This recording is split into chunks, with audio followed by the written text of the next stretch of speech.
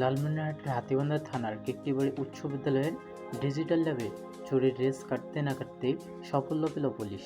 মাত্র কিছুদিনের ব্যবধানে চুরিকৃত প্রায় 20 লাখ টাকার মালামাল সহ হাতে নাতে 4 জনকে গ্রেফতার করেছে হাতীবান্ধা থানা পুলিশ। উদ্ধার করা হয়েছে ল্যাপটপ, স্মার্ট টেলিভিশন সহ ল্যাবের সব সরঞ্জাম। ঘটনার শুরু গত 29 এপ্রিল। প্রতিদিনের মতো স্কুল ছুটির পর সবাই চলে গেলে সুযোগ বুঝে কেকটিবাড়ি উচ্চ বিদ্যালয়ের ডিজিটাল ল্যাবের তালা ভেঙে ভেতরে প্রবেশ করেন একদল চোর। অত্যন্ত সুপরিকল্পিতভাবে তারা ল্যাব থেকে 15টি দামি ল্যাপটপ সহ বিদ্যালয়ের গুরুত্বপূর্ণ ইলেকট্রনিক মালামাল নিয়ে পালিয়ে যান। বিদ্যালয় কর্তৃপক্ষ জানায়, চুরি হওয়ার মালামালের আনুমানিক বাজার মূল্য 20 লাখ টাকা। এই ঘটনা 1 মে বিদ্যালয়ের প্রধান শিক্ষক মোহাম্মদ মিজানুর রহমান বাদী হয়ে হাতীবান্ধা থানায় একটি মামলা দায়ের করান। মামলাটি হাতীবান্ধা থানার ভারপ্রাপ্ত কর্মকর্তা ওসি মোহাম্মদ রমজান আলীর নেতৃত্বে শুরু হয় পুলিশের অভিযান।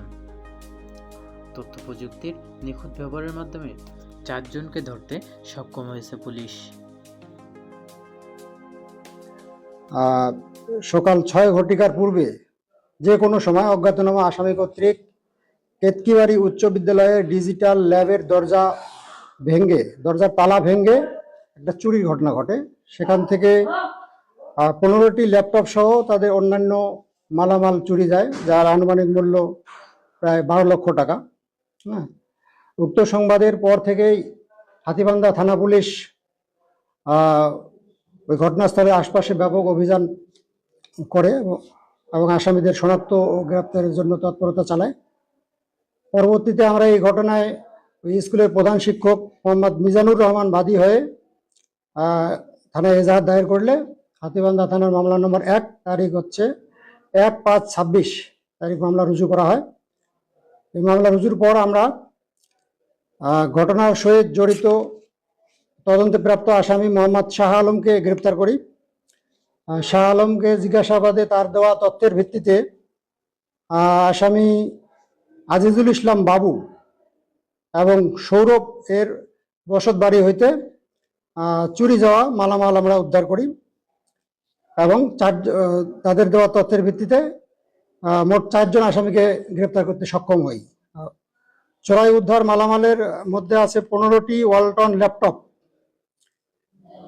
একটি ওয়াইফাই রাউটার, একটি স্মার্ট এলইডি টেলিভিশন 55 ইঞ্চি,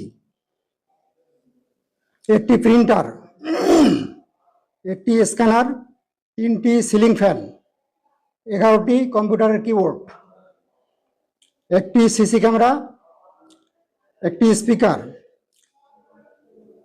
তারপর ক্যামেরা একটি, ল্যাপটপের ব্যাগ 7টি, একটি ল্যাপটপ চার্জার, একটি সিসিটিভি কন্ট্রোলার, 2টি মাল্টিপ্লাগ।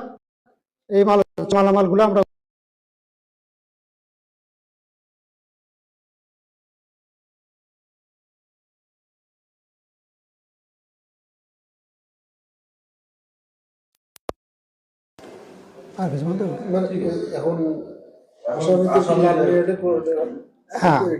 গ্রেপ্তারকৃত আসামিদেরকে আমরা বিজ্ঞ আদালতে সোপর্দ করার প্রক্রিয়াধীন আছে আর কি। নতুন কোন তথ্য আছে কিনা, এরা এর আগে চুরি করেছে কিনা বা এই দলটি?